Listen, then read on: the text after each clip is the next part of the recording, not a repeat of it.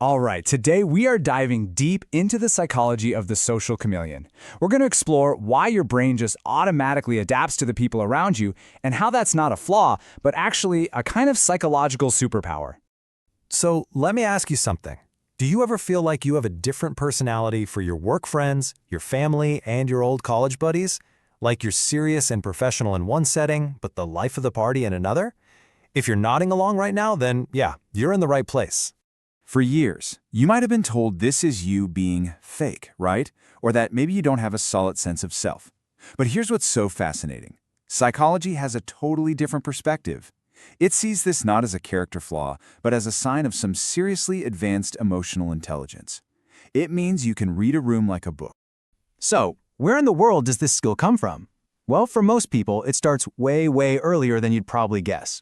Let's get into the origin story of the social chameleon. A lot of the time, the roots of this trace all the way back to childhood.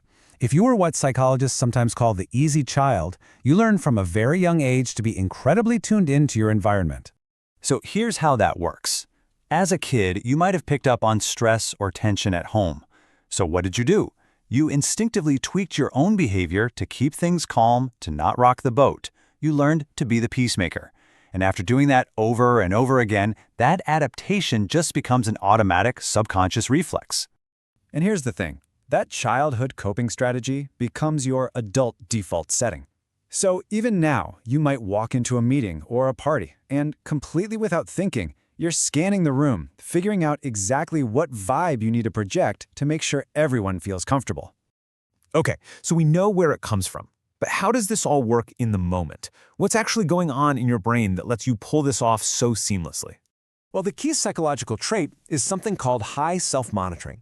You can think of it like a built-in social radar. It's your brain's natural ability to constantly be aware of how you're coming across and how you're affecting the people around you. Let's open up that social toolkit, shall we? You've got this incredible sensitivity to social cues. You notice the tiniest shifts in facial expressions or tone that most people just miss. You process what isn't being said. You can instantly shift your energy to match the groups. You're not just hearing the words, you're hearing the motive behind the words. Now, it is so important to understand that this is not about manipulation. Not at all. It's a subconscious drive, a deep, ingrained need to create emotional harmony and make social interactions feel safe and stable. But, and you knew there was a but coming, this superpower doesn't come for free. There's another side to this, and it often comes with a hidden and, frankly, exhausting cost. This quote really just hits the nail on the head because it gets to the core conflict. When you spend your entire life being a perfect mirror for other people, it can become incredibly difficult to know what your own reflection even looks like. And this comes with some pretty specific downsides. You almost always end up putting the group's harmony above your own needs.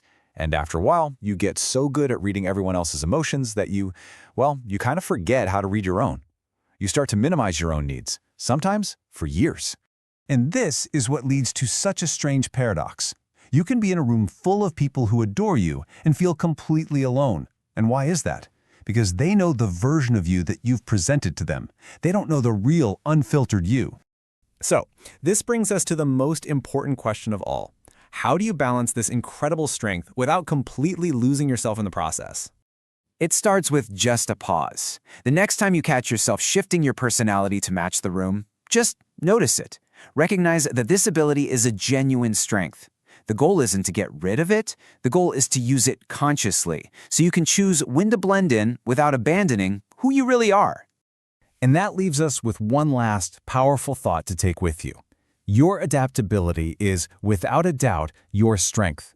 But take a second and really ask yourself, who are you when you finally stop adapting?